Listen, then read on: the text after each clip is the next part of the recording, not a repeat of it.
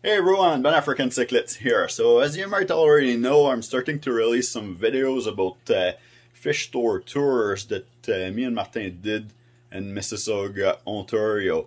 And this was to be able to find some predator fish for him. We went to 4 different stores to find all of the fish that I wanted for my predator tank setup. So now we're going to show you a little bit what's in the tank and talk a little bit about those fish, okay? So this is the little tank setup here. That's a 75-gallon aquarium. Martin have little tricks in there to be able to lower the pH because we have a high pH here, but this is for another video. So I have some plants and some driftwood and some caves to make it feel more natural for the fish and to give them some hiding spaces, right? Yeah. So Martin's been doing lots of research for months to make sure that all those fish are compatible and they can go on the size of tank here. But yeah, let's put them to the test. So Martin, what would this fish be here? That is a belly crawler pike cichlid. It gets around 7 to 8 inches in length, which, to put it in perspective, it's only around 3 or 4 inches right now, and it's going to get around this size. Oh yeah, that's gonna be a big fish in there. Okay, so and those fish are cool because this one here, you know, how do you know that this is the belly crawler one? Because it has the dot on the top fin, and not all pike cichlids have that dot. When I've searched it up, I've only seen the dot on the belly crawler, and there's another pike cichlid that looks almost identical but doesn't have the dot. So that's what makes this fish unique. And this is pretty cool because there's a little bit of red in his top fin, eh? And sometimes the belly is kind of like yellow. There's like yellow on the fin underneath right here, and there's like more. It will show more red at the top fin as it gets older. Oh, somebody's coming to say hi right now. Let's talk about this fish. This is a tire track eel. There are 99 species of tire track eel. This one gets around 20 to 26 inches in length. Yeah, some of them get like super big, right? And some of them stay smaller. Yeah. So the smallest type of tire track eel will get around 12 inches, which is as long as a ruler. But this one might get around 2 times the size of this ruler, which is a very big fish.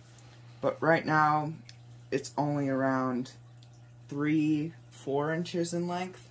And they're skinny and they have a small mouth, those ones, eh? Yeah, so they don't really eat fish that are too big, and they like to go around and are curious to try to find their food.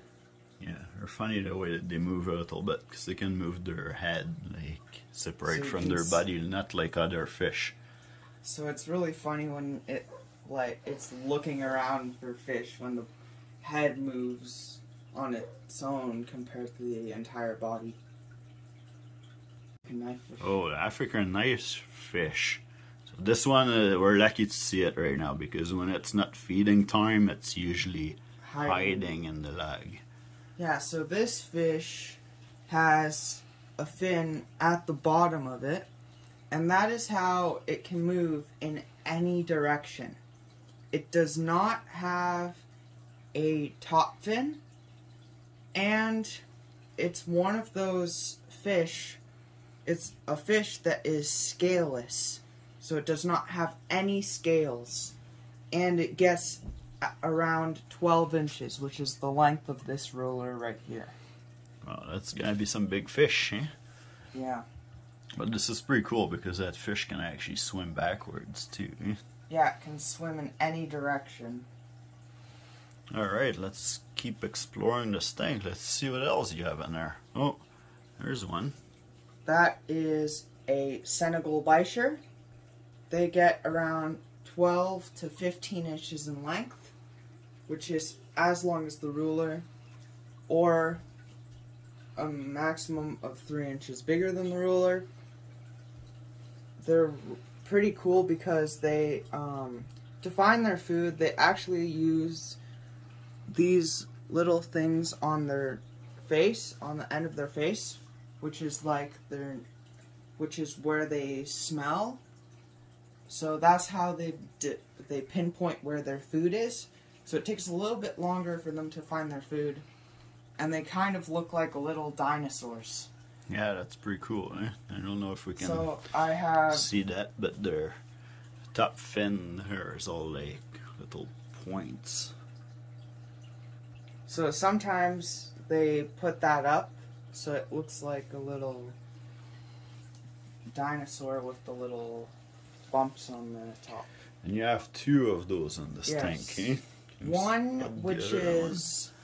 Sometimes they like to hang There's out one on the bigger top, one, too. which is the one you've been seeing. But there's a smaller one. These fish also can breathe air. Yeah, that's true. They go to the top to get a gulp of air once in a while, eh? Yeah. The African knifefish can also breathe air as well. Well, the other one is hiding. The other one's hiding in this little cave here. Perfect. So it might be a little bit hard to see it. You can see its shadow. So that's the smaller one. So that one is around 3 or 4 inches in length. And it's just hiding right now. And what's this species here? So that species is a... Oh, I lost it. It's a striped Raphael catfish. Oh, it's in the back. So this species is a type of catfish, and it gets 12 inches long. So it gets 12 inches in length. Let's see if I can see him. This one, we got it at 1.5 inches. Now it's at least 2.5 to 3 inches in length. Oh, there it is. And it is very, very quick fish. This fish usually just comes out and Martin feeds it. Yeah. The fish. If he doesn't feed the fish, then it stays hiding in caves and stuff. So I had to feed it so you guys could check it out. So it eats by like sucking up all the food, and it has like little spines on the side of its body. They're like little bumps. I lost it now. It has Oh, there it is. It has really nice colors for a catfish, but it's very hard to see it. I couldn't see it the first week I bought it, so it was very hard to know if it was dead or not. And then just one of these past few weeks, I just saw it, and now it's been coming out to eat every day that I've fed it. I feed all of these fish every 2 days. Oh, here's the other guy here. So, what's happening? How come you have a bristlenose pleco in here? So, the funny thing is that when I emptied the tank to like this height. So, and I was taking out the sand, and somehow this pleco, I had 5, and I caught most of the plecos, but I didn't catch this fish, and it kept avoiding whenever I put the soil in the tank and the sand. I was able to put the soil, the sand in the tank. There was just this much water. I did not see it at all.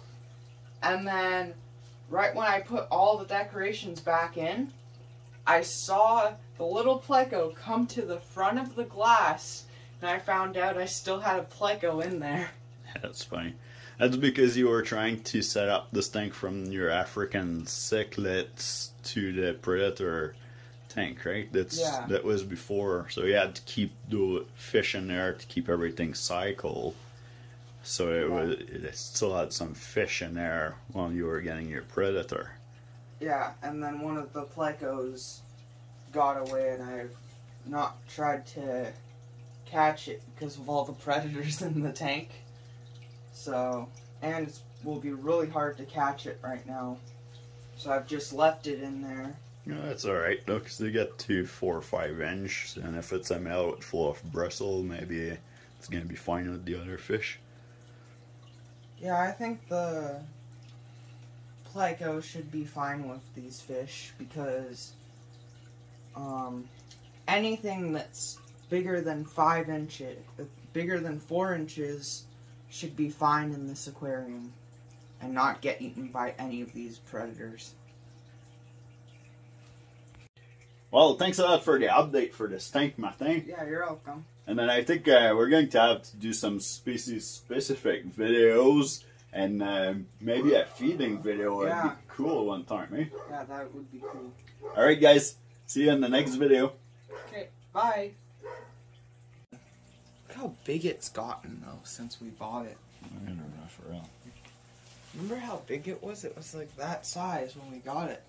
Yeah. It was like this little 1-inch fish. Now it's like huge.